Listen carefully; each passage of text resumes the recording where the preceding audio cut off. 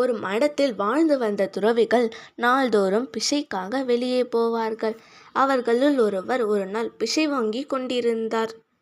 அப்போது ஒரு ஜமீன்தார் யாரோ ஒருவனை இரக்கமின்றி அடித்து கொண்டிருப்பதை கண்டார். அந்த துறவி மிகவும் கருணை வாய்ந்தவர்.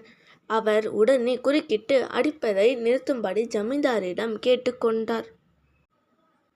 ஜமீன்தார் அப்போது கோபத்தில் பொங்கிக் கொண்டிருந்தார். அந்த கோபத்தை துறவியின் மீதும் காட்டிவிட்டார்.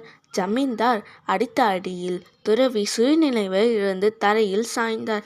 இதை பார்த்த ஒருவர் வேகமாக மடத்திற்கு சென்று, உங்கள் மடத்திலுள்ள ஒரு துறவியை ஜமீன்தார் அடித்து விட்டார் என்று தெரிவித்தார். மடத்து துறவிகள் ஓடி வந்தார்கள். அங்கே துறவி நினைவிழந்து கிடந்தார். 4-5 துறவியர் அவரை மடத்திற்கு தூக்கி கொண்டு போய் ஓய்வெடுக்க வைத்தனர். அவருக்கு நினைவு